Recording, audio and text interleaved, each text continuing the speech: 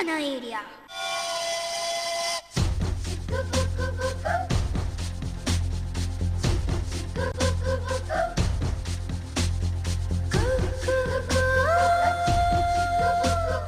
Hi friends, welcome to Khushi చిక్కుకు బండి.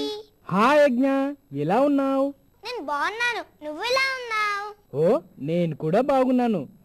యజ్ఞ, ఈరోజు ఏంటి కొత్త కొత్త డ్రెస్ లో మెరిసిపోతున్నావు? అవునా సింగు, బాగుందా? మా తాతయ్య కొన్నారు. అవునా, అందుకే చాలా బాగుంది.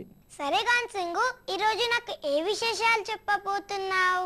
యజ్ఞ, ఇప్పుడు నీకు ఒక మంచి కథ చెప్తున్నాను.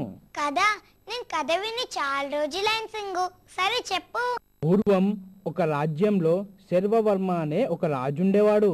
ఆ రాజు పేరు చాలా బాగుంది సింగు.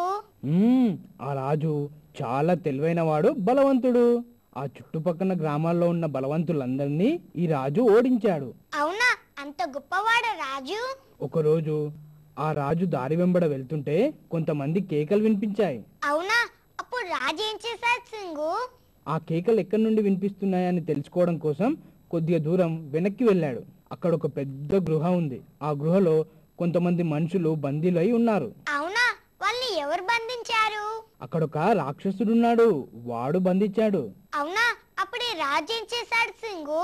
తన దగ్గరున్న కత్తి తీసుకుని మర్యాదగా వదిలేస్తావా, లేకపోతే నేను చంపేస్తాను అని అన్నాడు. మరి ఆ రాక్షసుడు ఏమన్నాడు?